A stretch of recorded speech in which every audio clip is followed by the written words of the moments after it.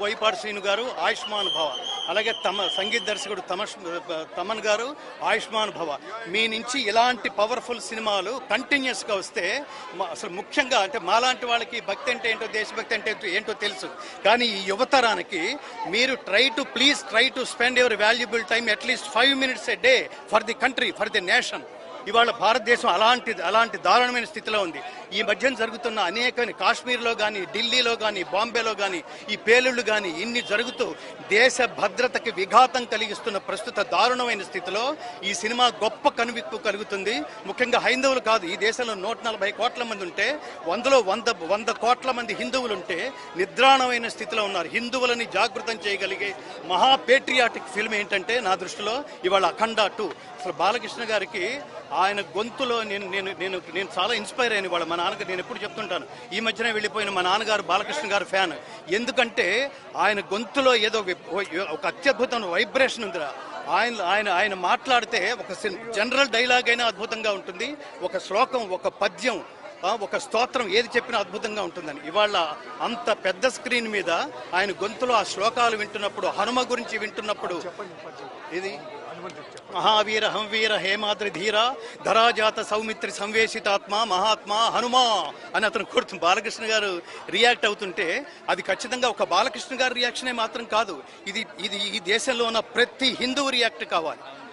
అది నేను ఏం కోరుకుంటున్నానంటే, భారతీయులు ప్రేమిస్తే వాళ్ళు తల్లులరా, వాళ్ళని కనుక కోపం తెప్పిస్తే వాళ్ళు ఆది పరాశక్తులరా అనిపించే స్థాయికి ఈ సినిమా ప్రతి ఒక్క ఈ హైందవ జాతిలో ప్రతి ఒక్క భారతీయుడిని జాగృతం చేస్తుందని నేను పరిపూర్ణంగా విశ్వసిస్తున్నాను. ముఖ్యంగా ఈ ముగ్గురికి మరొక్కసారి ఆయుష్మాన్ భవ. దర్శకులకి బాలకృష్ణ గారికి, సంగీత దర్శకులు తమన్ గారికి, బోయపాటి శ్రీను గారికి శతాయుష్మాన్ భవ, శతాయుష్మాన్ భవ, శతాయుష్మాన్ భవ. ప్రేక్షకులు కూడా ఎవరు దయచేసి మిస్ కావద్దు.